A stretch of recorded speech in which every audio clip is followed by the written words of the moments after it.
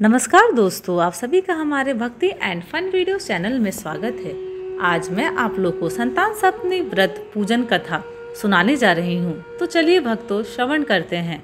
एक बार श्री कृष्ण ने युधिष्ठिर को बताया कि किसी समय मथुरा में लोमश ऋषि आए थे। मेरे माता पिता देवकी तथा वसुदेव ने भक्ति पूर्वक उनकी सेवा की तो ऋषि ने उन्हें कंस द्वारा मारे गए पुत्रों के शोक से उबरने के लिए आदेश दिया। हे देवकी, कंस ने तुम्हारे कई पुत्रों को पैदा होते ही मारकर तुम्हें पुत्र शोक दिया है। इस दुख से मुक्त होने के लिए तुम संतान सप्तमी का व्रत करो। राजा नहुष की रानी चंद्रमुखी ने भी यह व्रत किया था, तब उसके भी पुत्र नहीं मरे। यह व्रत तुम्हें भी पुत्र शोक से मुक्त करेगा। देवकी ने पूछा, हे देव, मुझे व्रत का पूरा विधि विधान बताने की कृपा करे ताकि मैं विधि पूर्वक व्रत संपन्न करूं। लोमश ऋषि ने उन्हें व्रत का पूजन विधान बताकर व्रत कथा भी बताई। नहुष अयोध्यापुरी का प्रतापी राजा था। उसकी पत्नी का नाम चंद्रमुखी था। उसके राज्य में ही विष्णुदत्त नामक एक ब्राह्मण रहता था। उसकी पत्नी का नाम रूपवती था। रानी चंद्रमुखी तथा रूपवती में परस्पर घनिष्ठ प्रेम था। एक दिन वे दोनों सरयू में स्नान करने गई। वहाँ अन्य स्त्रियां भी स्नान कर रही थीं। उन स्त्रियों ने वही पार्वती शिव की प्रतिमा बनाकर विधि पूर्वक उनका पूजन किया। तब रानी चंद्रमुखी तथा रूपवती ने उन स्त्रियों से पूजन का नाम तथा विधि पूछी। उन स्त्रियों में से एक ने बताया, हमने पार्वती सहित शिव की पूजा की है।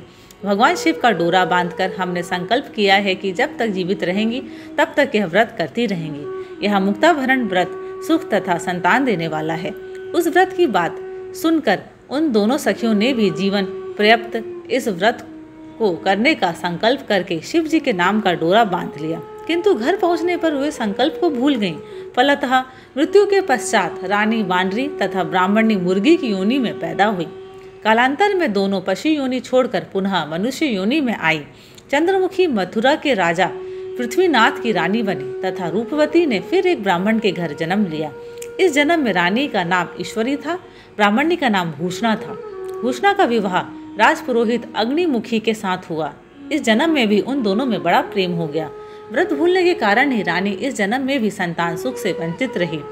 प्रौढ़ावस्था में उसने एक गूंगा तथा बहरा पुत्र जन्मा, मगर वह भी 9 वर्ष का होकर मर गया।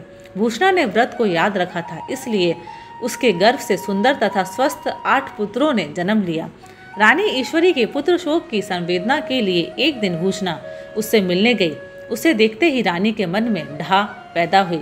उसने भूषणा को विदा करके उसके पुत्रों को भोजन के लिए बुलाया और भोजन में विष मिला दिया, परंतु भूषणा के व्रत के प्रभाव से उनका बाल विवाह का न हुआ। इससे रानी को और भी अधिक क्रोध आया। उसने अपने नौकरों को आज्ञा दी कि भूषणा के पुत्रों को पूजा के बहाने यमुना के किनारे ले जाकर गहरे जल में धकेल दिया जाए। किंतु भगवान शिव और माता पार्वती की कृपा से इस बार भी भूषणा के बालक व्रत के प्रभाव से बच गए। परिणामतः रानी ने जल्लादों को बुलाकर आज्ञा दी कि ब्राह्मण बालकों को वध स्थल पर ले जाकर मार डालो, किंतु जल्लादों द्वारा बेहद प्रयास करने पर भी बालक न मर सके।